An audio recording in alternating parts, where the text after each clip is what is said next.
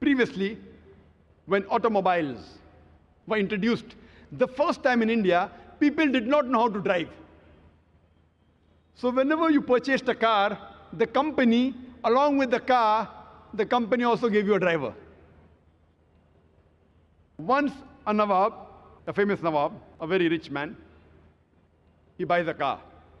So along with the car, the company also provides the driver. One day in the morning, the Nawab Sahib, the rich multimillionaire, he tells his driver, I want to take my Begum Saiba. I want to take my wife for shopping. Please get the car ready. The driver replies, Nawab Sahib, the car is not in working condition. Nawab Sahib is very angry. Put the car back in working condition immediately. So the driver says, to put the car back in working condition, I require 10 liters of milk, 20 kgs of pure honey, 30 kgs of pure ghee, and 40 kgs of rice. That also basmati rice. So Nawab Sahib, the rich multimillionaire, he gives the driver 10 liters of milk, 20 kgs of pure honey, 30 kgs of pure ghee, and 40 kgs of rice. That also basmati rice, top quality. The driver gives it to his wife, and within a few minutes, the car is in working condition. I'm asking you a question. Today, if your driver tells you that to put the car in working condition, he requires 10 liters of milk, 20 kgs of pure honey, 30 kgs of pure ghee, and 40 kgs of basmati rice, what will you do?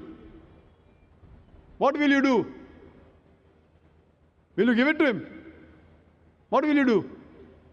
You will kick him out of the job.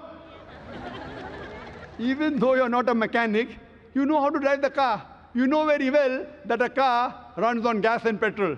It does not run on milk, ghee, rice.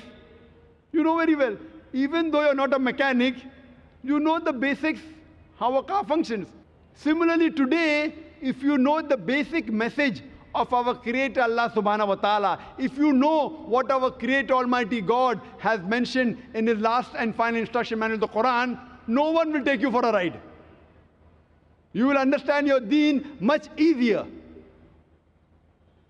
No one will make a fool out of you.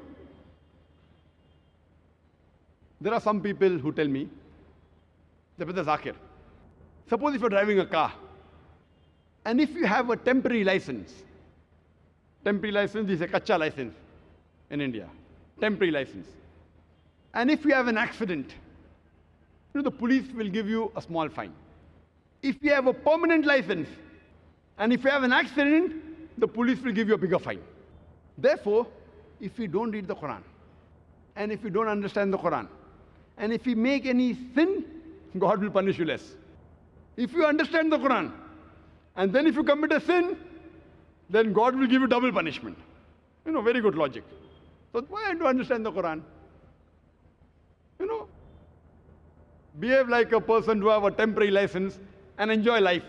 Less punishment. I told this brother, for sake of argument, I agree with you, that a person who has a temporary license, a person who has a kacha license, if he has an accident, maybe the police will fine him with 1,000 rupees or $1,000. And if a person who has a permanent license, if he has an accident, maybe the police will fine him double, 2,000 rupees or $2,000. Okay, I agree with you. But the point to be noted is that if a person who has a permanent license, in 1 year the chances he'll have an accident is maybe 1. But a person who has a temporary license, who has not learned driving well, the chances he'll have an accident in 1 year is maybe 50. So at the end of the year, the person who has permanent license pays a fine of 1,000 rupees or $1,000. And a person who has a temporary license, he pays a fine of $50,000. A person who has a temporary license pays $1,000. A person who has a permanent license pays $2,000. So if he has an accident once a year, at the end of the year, he pays a fine of $2,000. And a person who has a temporary license, maybe he'll have 50 accidents in a year. At the end of the year, he pays a fine of $50,000 or 50,000 rupees.